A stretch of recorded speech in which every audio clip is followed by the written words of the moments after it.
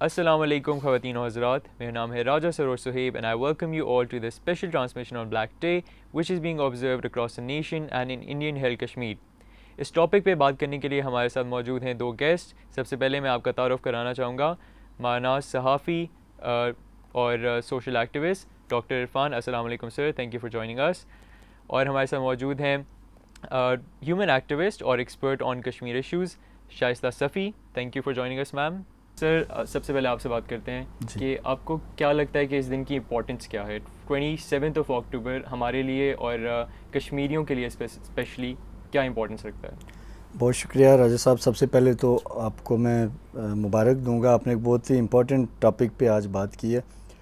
27 اکتوبر تاریخ کا وہ سیاہ ترین دن ہے کشمیریوں کی ہسٹری میں جب انڈین فورسز کشمیر میں لینڈ ہوئی. سب سے پہلی جو اس کے ایک بیک گراؤنڈ ہے سارا، لیکن میں مختصراً آپ کو یہ بتاؤں گا کہ اس دن جو انڈین فورسز کا آنا وہ ایک جواز تھا. انہوں نے جواز بنایا مہاراجہ ہری سنگھ کے خط کو، جو اس وقت وہاں کے اس وقت اسٹیٹ کے جو ہیڈ تھے، ان کے ایک خط کو انہوں نے جواز بنایا. خط میں یہ لکھا گیا تھا کہ جو اس وقت کے مہاراجہ نے خط میں یہ لکھا تھا، جو تحریر ایکچوئل اس کی ہے کہ میری اسٹیٹ پہ یا میری جو ریاست ہے اس میں بغاوت جنم لے چکی ہے، میرے خلاف لوگ سڑکوں پہ نکل چکے ہیں، تو آپ میری ہیلپ کریں اور مجھے آپ بچائیں ان لوگوں سے جو بیسیکلی کشمیری ہی تھے، جو مہاراجہ کی جو ایک اس وقت جو ظلم و بربریت تھی اس کے خلاف کھڑے ہوئے تھے، اور مسلم تھے وہ، اور بیسیکلی 77% مسلم اسٹیٹ تھی یہ. اور جب پاکستان معرض وجود میں آیا اور جب یہ تحریک اپنے آخری مراحل میں تھی، تحریک پاکستان، تو تب کشمیر کے لوگوں نے بھی یہ ڈیسائیڈ کر لیا تھا کہ ہم پاکستان کے ساتھ رہیں گے، پاکستان کا حصہ بنیں گے. تو اسی میں جب یہ موومنٹ وہاں کھڑی ہوئی، وہاں کے لوگ جب کشمیری اپنے آزادی کے لیے مہاراجہ کے تسلط سے اور پاکستان سے علاق کے لیے جب وہ نکلے سڑکوں پہ، تو ان کو روکنے کے لیے بیسیکلی مہاراجہ نے ایک خط لکھا انڈین گورنمنٹ کو. اور پھر اس میں ایک چیز اس میں کلیئر لکھی تھی جس کو اب انڈیا لوگوں کے سامنے نہیں لا رہا، انٹرنیشنل کمیونٹی کو شاید اس بارے میں علم نہیں ہے. اس میں ایک لائن تھی کہ اگر مہاراجہ کی پرسنل یہ لکھا ہوا ہے کہ اگر میں اور مہارانی، یہ بڑی امپورٹنٹ چیز ہے جو آپ کو اور اسٹوڈنٹس کے لیے میں بتانا چاہوں گا، اس لیٹر میں یہ لکھا ہوا ہے کہ اگر میں اور مہارانی دونوں انڈیا کے علاق کے کتنے ہی خواہشمند کیوں نہ ہوں، کشمیر کی ریاست کے مستقبل کا فیصلہ یہاں کے لوگوں کی اکثریتی رائے سے ہوگا. تو اس خط کو بیس بنا کے، اور اس خط میں ایک اور چیز لکھی ہوئی تھی کہ جو ہی یہ جو اپرائزنگ ہے کشمیر میں مہاراجہ کی گورنمنٹ کے خلاف، یہ جو ہی ختم ہوگی تو انڈین فورسز وڈرا کر جائیں گی، وہ وہاں نہیں رہیں گی. یہ دو پوائنٹس ہیں جن کے اوپر ہمیں بات کرنی ہے، لیکن بدقسمتی سے انڈیا ان دونوں چیزوں کو آج ڈینائی کرتا ہے. وہ مہاراجہ کے خط کو تو حوالہ دیتے ہیں کہ مہاراجہ نے ہمیں انوائٹ کیا، لیکن یہ جو ایک تاریخی الفاظ اس کے اندر دو فکرے، ان کو وہ آج نظر انداز کر رہے ہیں. تو یہ دن میں سمجھتا ہوں سیاہ ترین دن ہے کشمیریوں کی تاریخ کا. اس دن جبراً ایک فوج کشمیر میں داخل ہوئی اور 5000 سالہ تاریخی ریاست کو جو جموں کشمیر تھی، اور جس کے لوگوں نے اب یہ ڈیسائیڈ کر لیا تھا کہ ہمارے پڑوس پہ ایک نئی ریاست بن رہی ہے جو مملکت خداوند پاکستان، تو ہم اس کو جوائن کریں گے. اور ایک اسلامک کنسیپٹ جو وہاں کے لوگوں کا تھا، 77% مسلم پاپولیشن انہوں نے جوائن کرنا تھا، اس کے اوپر شب خون مارا گیا. ان کی جو میں سمجھتا ہوں کہ ایک آپ کہہ لیں کہ ڈیموکریٹک ان کا حق تھا، اس کے اوپر پیدائشی حق تھا، اس کے اوپر شب خون مارتے ہوئے انڈین فورسز کشمیر میں آئیں. اور پھر اس ٹائم سے لے کر آج تک انہوں نے جو کیا وہ کسی سے ڈھکا چھپا نہیں ہے. اپنے قبضے کو توالت دینے کے لیے 8 لاکھ فوج، دنیا کا سب سے بڑا ملٹری زون کشمیر کو بنا دیا، بلیک لاز وہاں پہ امپوز کر دیے تاکہ وہ وائس جو لوگوں کی آواز تھی اس کو دبایا جا سکے. اور ایک چیز میں اور ایڈ کروں گا، پھر آپ ظاہر ہے دوسرے گیس پہ جائیں گے، کہ اس وقت جب یہ آکوپیشن کرنے کے بعد انڈیا نے، ان کے پرائم منسٹر پنڈت لال جواہر نہرو نے خود کشمیریوں سے سری نگر میں لال چوک میں یہ وعدہ کیا تھا کہ کشمیریوں کے جو امنگوں کے مطابق ہم انہیں رائٹ آف سیلف ڈٹرمنیشن دیں گے. اگر آپ ہمارے ساتھ رہنا چاہیں انڈیا کے ساتھ تو ویلکم، اگر آپ نہیں رہنا چاہتے آپ پاکستان کا حصہ بنیں، آپ الگ رہیں، ہم آپ کو اس کا رائٹ دیں گے. UN کے چارٹر کے مطابق یہ چیز تھی، لیکن اب انڈیا اس کو کمپلیٹلی ڈینائی کر رہا ہے. تو باقی اس کے اوپر آگے ہم بہت سی چیزیں ایسی جن کے پہلو کے اوپر ہم بات کر سکتے ہیں. اس میں ہیومن رائٹس وائلیشن ہو رہی ہے، انڈین فورسز کی جو تعداد میں اضافہ اس وقت بھی سٹل ہو رہا ہے، جیلوں کے اندر جو لوگ ہیں، بیواؤں کا ایشو ہے، یتیم بچے ہیں، اور ماس ان نون گریوز جو وہاں پائی جاتی ہیں. ایمنسٹی انٹرنیشنل نے اس کے اوپر بات کی ہے. تو ایسے بے تحاشا ایشوز ہیں جس کی بیس یہی 27 اکتوبر 1947 ہے، جس دن انڈین فورسز کشمیر میں داخل ہوئی غیر قانونی طور پہ، جبری طور پہ، اور اس کے بعد اس قبضے کو طوالت دینے کے لیے انہوں نے پھر جو ہتھ کنڈے استعمال کیے، کبھی کالے قوانین کا نفاذ کیا۔ کشمیر میں اب اس وقت پبلک سیفٹی ایکٹ، ٹاڈا، پوٹا ایسے قوانین ہیں کہ جن کے تحت فورسز کو لا حاصل اختیارات ہیں، وہ جس کو مرضی چاہیں جیل میں ڈالیں، ان کے اوپر کوئی چیک اینڈ بیلنس نہیں ہے، کوئی طریقہ کار نہیں ہے کہ اگر آپ کو اریسٹ کیا تو آپ پہ ایلیگیشن کیا، ان سے کوئی پوچھنے والا نہیں ہے، وہ اپنی مرضی سے کر سکتے ہیں، جب چاہیں کرفیو امپوز کر دیں، جب چاہیں آپ کے گھروں کو مسمار کر دیں، آپ کی فصلیں تباہ کر دیں، کہیں کوئی ان کے اوپر اس کے اوپر پوچھنے والا کوئی نہیں ہے۔ یہ تو ایک ڈمی گورنمنٹ بنا کے جو محبوبہ مفتی کی صورت میں یا پہلے عمر عبداللہ یا اس سے پہلے کوئی بھی گورنمنٹ آپ لے لیں، یہ وہ لوگ نہیں ہیں جو کشمیریوں کی آواز یا کشمیریوں کو ریپرزینٹ کریں۔ سر جس طرح آپ نے مینشن کیا کہ بہت سارے ایسے انسیڈنٹس ہیں جو ہمیں بتاتی ہے کہ انڈین گورنمنٹ ہے یا انڈین فورسز ہیں وہ کشمیریوں کے حقوق کو پامال کر رہے ہیں، ان کو ان کے رائٹس نہیں دے رہے ہیں، اور ہم دیکھتے ہیں کہ بہت ساری ریزولوشنز بھی پاس کی گئی ہیں۔ تو میم میرا آپ سے کویشچن یہ ہوگا کہ ہم نے دیکھا کہ کافی ساری ریزولوشنز پاس کی گئی، 1949 کے اندر UN ریزولوشن تھی، اس کے بعد پھر سملا اگریمنٹ تھا جس کے اندر دونوں سائڈ سے مل کے ڈیسائیڈ کیا کہ کشمیریوں کو ان کے جو ان کا پوائنٹ آف ویو ہے یا ان کے حقوق ہے اس کے مطابق انہیں رائٹس ملنے چاہیے، ان کو ڈیسائیڈ کرنا چاہیے کہ وہ کون سی سائڈ پہ جائیں۔ اس کے علاوہ ہم 3 جنگیں لڑ چکے ہیں اس ایشو کے اوپر، اور اس کے بعد بھی ہم لوگ کوئی سلوشن کی طرف نہیں پہنچے۔ تو آپ کا کیا خیال ہے کہ بیسک وجہ کیا ہے کہ ابھی تک ہم سلوشن کی طرف نہیں جا سکے؟ بہت شکریہ، یہ آپ نے جو سوال پوچھا یہ اتنا جامع ہے، لیکن اس کا ایک بہت جو مختصراً جواب ہے وہ یہ کہ اس کی بیسک جو ریزن ہے وہ خود انڈیا کی جو سٹبنس ہے۔ آپ دیکھیں کہ جیسے ابھی ڈاکٹر صاحب نے کہا کہ جواہر لال نہرو نے خود لال چوک میں کھڑے ہو کر کہا کہ مقبوضہ کشمیر کے عوام کی جو رائے ہوگی اسی کو ہم تسلیم کریں گے۔ گاندھی نے کہا کہ جو رولرز کی رائے ہوتی ہے وہ کچھ نہیں ہوتی، اصل پاور جو ہوتی ہے وہ عوام کی ہوتی ہے۔ یہ تمام وہ چیزیں ہیں جو 1947-48 میں بھارت نے خود کہا۔ آپ نے ریزولوشنز کی بات کی تو صرف ایک ریزولوشن پاس نہیں ہوئی ہے، بے شمار ریزولوشنز کشمیر کے اوپر اقوام متحدہ نے پاس کی، اور کس طرح پاس کی کہ مقبوضہ کشمیر کا یہ کیس خود بھارت لے کے گیا اقوام متحدہ، اس نے خود ہی اقوام متحدہ میں پیش کیا، اور آج وہ انہی قراردادوں کو اور اسی اقوام متحدہ کو کچھ بھی نہیں سمجھتا، اور جو انہوں نے مقبوضہ کشمیر کے حوالے سے قراردادیں دی تھی آج کہا جاتا ہے کہ وہ obsolete ہو چکی ہیں، جناب پرانی ہو چکی ہیں۔ تو جہاں تک اب بات یہ ہے کہ یہ کب تک چلے گا سلسلہ، جب تک کہ انڈین سٹبنس ختم نہیں ہوتی، انڈیا کی جو ضد ہے کہ مقبوضہ کشمیر ایک اٹوٹ انگ ہے، جب تک کہ وہ گراؤنڈ ریالٹیز کو نہ پہچان لے۔ اگر ہم دیکھیں تو ابھی میں اگر 90s کی بات نہ کروں، میں 1931 کی بات نہ کروں، میں 47 کی بات نہ کروں، میں 91 میں جو اپرائزنگ ہوئی مقبوضہ کشمیر میں اس کی بات نہ کروں، میں 2008-2010 میں جو اپرائزنگ ہوئی کشمیر میں اور انڈیجنس اپرائزنگ ہوئی میں اس کی بھی بات نہ کروں، صرف اگر میں 8 جولائی کے بعد کی بات کروں، کیونکہ آپ لوگ ینگ لوگ ہو، آپ لوگوں نے اب یہ والی اپرائزنگ دیکھی ہے، برہان وانی کو اب آپ نے دیکھا ہے۔ اگر ہم صرف اس اپرائزنگ کی بات کریں جو 8 جولائی 2016 کو ہوئی، آپ دیکھو گے کہ لوگ کہتے تھے بھارت، خاص طور بھارت کا میڈیا، کیونکہ وہ اپنا میڈیا اتنا لابینگ کے تھرو اتنا اسٹرانگ کیا ہوا ہے کہ ان کا نیریٹو ہر جگہ بکتا تھا، انہوں نے ہر جگہ یہ ٹرائی کیا کہ یہ پورٹرے کیا جائے کہ مقبوضہ کشمیر میں جو بچہ ہے، جو بوڑھا ہے، جو عورت ہے، جو مرد ہے، جو پتھر لے کر کھڑا ہے وہ دہشت گرد ہے، جہاں کہ یہ جو بختر بند گاڑیوں میں آرمی آرمڈ فورسز ہیں یہ تو محافظ ہیں۔ تو یہ جب ایک نیریٹو انہوں نے پوری دنیا میں چلانے کی کوشش کی اور کچھ عرصہ وہ اس میں کامیاب بھی رہے، لیکن اگر اب آپ دیکھو گے 8 جولائی 2016 برہان وانی کی شہادت، اس کے بعد لوگ سڑکوں پر نکلے، اس برہان وانی کو جس کو کہ بھارت کا میڈیا ٹیررسٹ کہتا ہے، اس کو دہشت گرد کہتا ہے، اس کی نماز جنازہ میں کرفیو کے باوجود 2 لاکھ لوگوں نے شمولیت کی، اس کا نماز جنازہ کشمیر میں، جموں میں، ہر جگہ 20 بار سے زائد پڑھا گیا مختلف جگہوں پر۔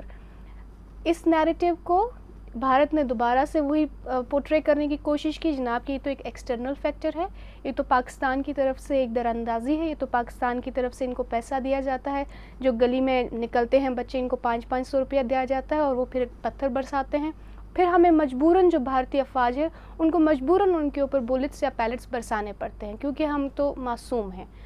لیکن اس بار دنیا نے ان کا یہ نیریٹو تسلیم نہیں کیا. اگر آپ انٹرنیشنل کمیونٹی کا رویہ دیکھیں, آپ ویسٹرن نیوز پیپرز دیکھیں, ویسٹرن آرٹیکلز دیکھیں, میں انڈیا اور پاکستان کے صحافیوں کی بات نہیں کرتی, میں ویسٹرن اخبارات کی بات کر رہی ہوں. اس بار کسی نے بھی برہان وانی کو ٹیررسٹ نہیں کہا, ان کو کمانڈر کہا. اس بار کسی نے بھی مقبوضہ کشمیر میں جو بچہ پتھر لے کر کھڑا ہے اس کو ٹیررسٹ نہیں کہا, اس کو کہا کہ یہ بیسک رائٹ مانگ رہا ہے اپنا. اور بھارت اور پاکستان ان کو چاہیے کہ یہ آگے آئیں, ڈائلاگ کریں, کسی طرح اس مسئلے کا حل کریں. تو ہم نے دیکھا ہے کہ ریزولوشنز موجود ہیں ہمارے پاس. مقبوضہ کشمیر کے جو عوام ہیں ان کی ریزیلینس موجود ہے. مقبوضہ کشمیر کے عوام, لوگ بچہ ہو بوڑھا ہو, 80 سال کا بوڑھا ہو, اس میں بھی ریزیلینس ہے. وہ ابھی بھی مقبوضہ کشمیر کی جو آزادی کی جنگ ہے اس کا علم جو ہے وہ لے کر چل رہا ہے. مسئلہ کہاں پر ہے؟ دوبارہ سے وہی جو میں نے پہلے بات سٹارٹ کی تھی, سٹربنس آف انڈیا, کہ وہ اٹوٹ انگ کے اسی بات پر اڑا ہوا ہے. گراؤنڈ ریالٹی جو کشمیر میں ہے وہ اس سے نظر چرائے ہوئے ہے, اور اپنے آپ کو ایک بہت بڑا ڈیموکریٹک کنٹری, ایک سیکولر ملک جو وہ ثابت کرنا چاہتا ہے. اب پوری دنیا دیکھ رہی ہے کہ وہ ایک سیکولر ملک نہیں, ایک RSS سے چلائی ہوئی تنظیم سے چلائی ہوئی ایک ہندواتا ملک ہے, جس میں کہ اس کی مائنورٹیز بھی غیر محفوظ ہیں, اور ایک جو ڈسپیوٹڈ ریجن ہے مقبوضہ کشمیر کا وہ بھی غیر محفوظ ہے. میم اسی سے ایک اور کویشچن آتا ہے کہ پھر عالمی دنیا یا انٹرنیشنل کمیونٹی اس بات پہ خاموش کیوں ہے کہ ہم دیکھتے ہیں دنیا کو پتہ ہے کہ کشمیریوں کے حقوق جو ہیں ان کی سب سے بری قسم کی اس وقت پاسباری کی جا رہی ہے, ان کو خراب کیا جا رہا ہے. We see that women's rights are being breached. We see that the child abuse is at its height. Exactly, we see absolutely. that people are losing their eyes, they're going blind. We also see that so many childs have been abducted from their houses, and people are missing from their houses, and no one is saying anything about that. تو آپ کا اس پہ کیا خیال ہے کہ international community کیوں خاموش ہے؟ Okay, well international community, as میں نے پہلے کہا کہ اقوام متحدہ کی قراردادیں موجود ہیں, وہ انٹرنیشنل کمیونٹی نہیں دی, ٹھیک, لیکن آپ یہ دیکھیں کہ with the passage of time ہر ملک کا ایک انٹرسٹ ہوتا ہے اپنے دوسرے ملک کے ساتھ. اس وقت بھارت جو کہ دکھانا چاہتا ہے, جو کہ ایک ڈیموکریسی کے اس پردے میں, جس نے کہ اپنی ہیومن رائٹس چھپائی ہوئی اس ڈیموکریسی کے پردے میں, اور اپنی اکنامک جو انہوں نے اپنے آپ کو رائزنگ اینڈ شائننگ انڈیا کا اور انکریڈیبل انڈیا کا جو انہوں نے اپنے میڈیا کے تھرو, اپنے پیڈ میڈیا کے تھرو جو انہوں نے پوری دنیا کے سامنے اس کو پورٹرے کیا ہے. تو لوگ جو ویسٹرن کمیونٹی آج کل آپ دیکھیں گے کہ جہاں پہ ان کا انٹرسٹ ہوگا, جس طرف ان کو اکنامک پیکیجز اچھے لگیں گے, جس طرف ان کو لگے گا کہ ہاں ہمارے ملک کا فائدہ ہے. ایسا نہیں ہے کہ کوئی بھی ملک اس طرح کوئی بھی کھل کے کہہ رہا ہو کہ جو بھارت مقبوضہ کشمیر میں کر رہا ہے بالکل صحیح ہے. ایسا آپ کوئی ملک نہیں دیکھیں گے. ڈھکے چھپے الفاظ میں کسی نہ کسی طرح چھوٹی موٹی کنڈیمنیشن ہر جگہ ہوتی ہے جو وہ بھارت مقبوضہ کشمیر میں کر رہا ہے. لیکن آپ کو بھی پتہ ہے کہ آج کل جو اتنے واسٹ اکنامک انٹرسٹ ہوتے ہیں, اور جو یہ ویپنز کا سب سے بڑا جو جو ویپنز کی خرید و فروخت ہوتی ہے, بھارت اس کا سب سے بڑا خریدار ہے. اور اسی طرح آپ دیکھو گے ان کا بالی ووڈ اور ان کی جو مختلف اس طرح کی IT سے ریلیٹڈ جو چیزیں ہیں, تو دنیا نے اپنا انٹرسٹ بنا لیا ہے.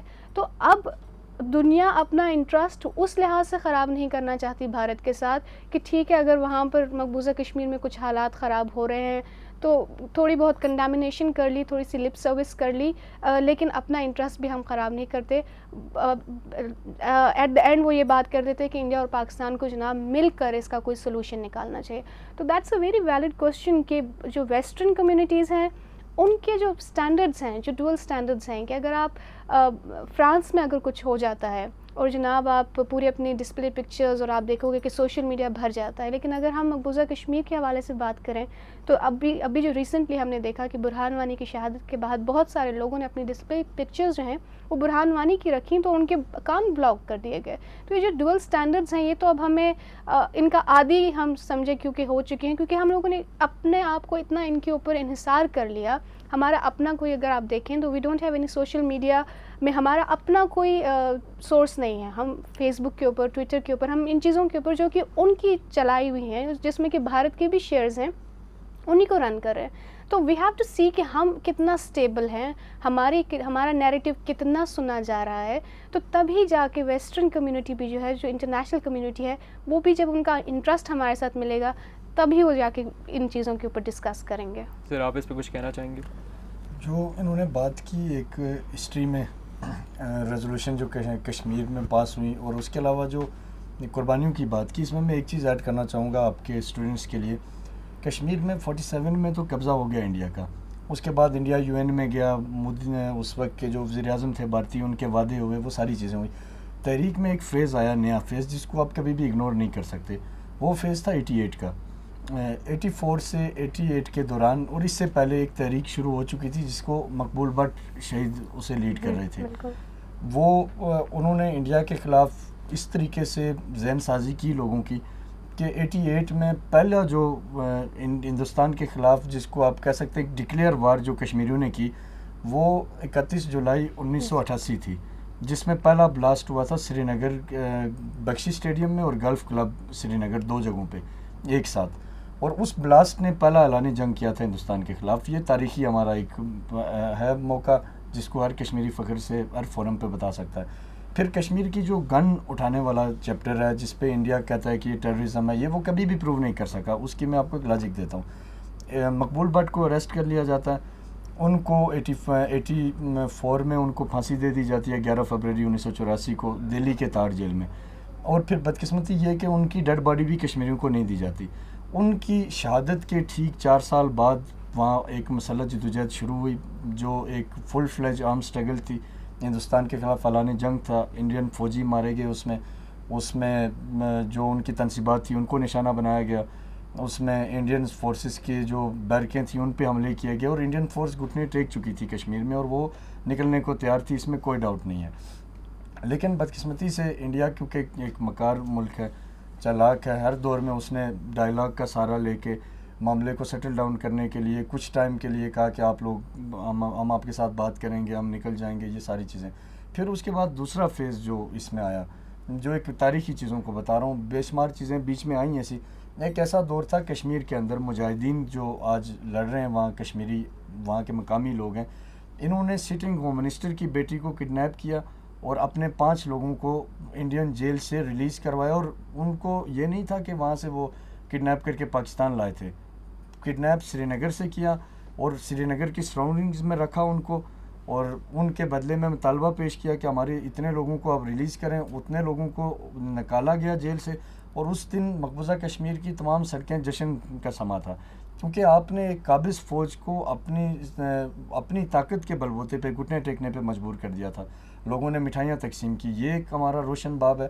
اس کے بعد آپ آگے جائیں 2009 میں، جب افضل گرو کی پھانسی کے اوپر آئیں آپ، مطلب وہ ایئر تھوڑا سا میں اس میں ہو رہا ہوں. افضل گرو کو پھانسی دی جاتی ہے کہ آپ پارلیمنٹ اٹیک میں انوالو تھے. بہرحال جو بھی تھے، اگر وہ تھے یا نہیں تھے، اس میں ایک چیز ہے، وہ کشمیری تو تھے افضل گرو. یہ تو کوئی نہیں کہہ سکتا کہ وہ لاہور کے یا حیدرآباد کے یا کہیں کے تھے. انڈیا تو یہی کلیم کرتا ہے کہ پاکستانی آ رہے ہیں، تو وہ کوئی ثابت کرے کہ کون سا پاکستانی وہاں گیا جس نے جا کے اس طریقے سے کیا ہو.